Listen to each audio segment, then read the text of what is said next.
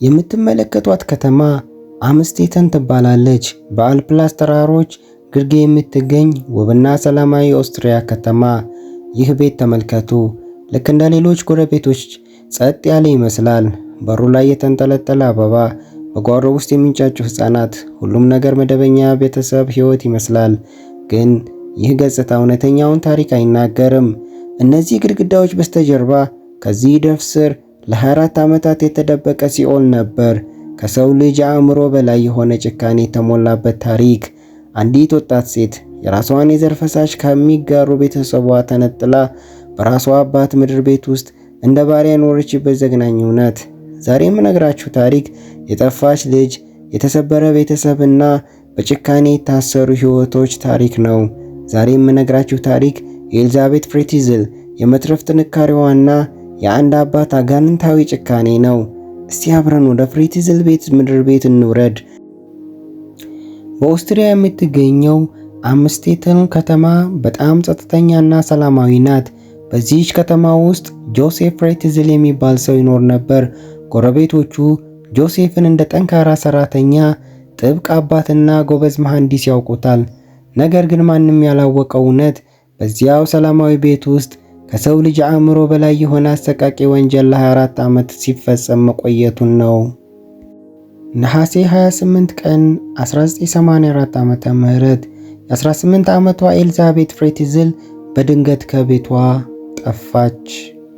እናቷ ሮዝማሪ በጭንቀት ፖሊስ ጋር ብትደውልም አባቷ ጆሴፍ ግን አንድ ደብዳቤ አቀረበ። ደብዳቤው በኤልዛቤት እጅ የተጻፈ ሲሆን ከቤት የጠፋሁት በራሴ ፍቃድ ነው፣ አትፈልጉኝ፣ ሃይማኖታዊ ቡድን ተቀላቅያለሁ የሚል ነበር።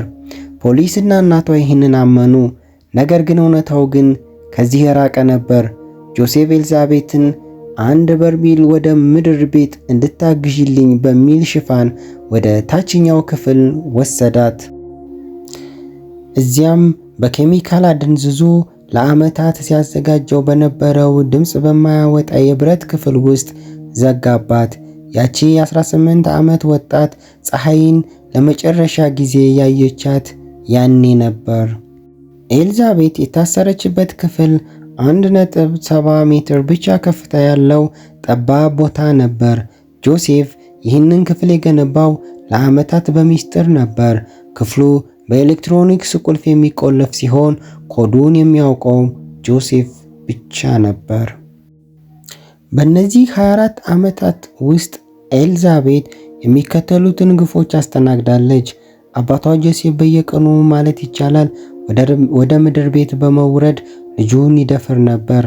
ከዚህ አስከፊ ድርጊት ኤልዛቤት 7 ልጆችን በዚያው ጨለማ ውስጥ ወለደች።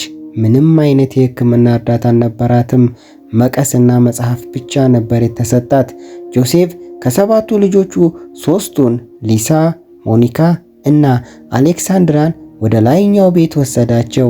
ለሚስቱም ሮዝማሪ ኤልዛቤት ደጃፋችን ላይ ጥላብን ሄዳለች የሚል ደብዳቤ ደርሶኛል በማለት ዋሻት። እናትየውም ይህንን አምና ልጆቹን ማሳደግ ጀመረች።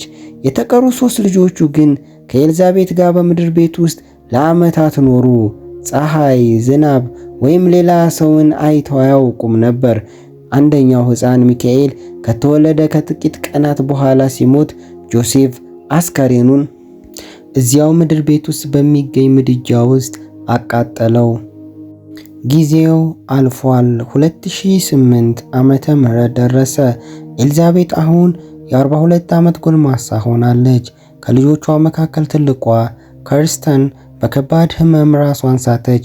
ጆሴፍ ልጅቱ ከሞተች ሚስጥሩ ሊጋለጥ ስለሚችል ለመጀመሪያ ጊዜ ለከርስተን ወደ ሆስፒታል እንድትሄድ ፈቀደ። ሆስፒታል ሲደርሱ ዶክተሮች የልጅቱ ህመም ያልተለመደ መሆኑን ተረዱ። እናቷ የት ናት የሚል ጥያቄ አቀረቡ። ጆሴፍ የተለመደውን ውሸት ቢናገርም ዶክተሮቹ ግን ጥርጣሬያቸው ስላላቆመ ለፖሊስ ደወሉ። አፕሪል 26 ቀን 2008 ጆሴፍ ኤልዛቤትን ከምድር ቤት አውጥቶ ወደ ሆስፒታል ይዟት መጣ። ፖሊሶች ኤልዛቤትን ለብቻዋ አግኝተው ሲያነጋግሯት እውነቱን ሁሉ ዘረገፈች። አባቴ ካልተቀጣ ምንም አልናገርም ብላ ቃል ሰጠች።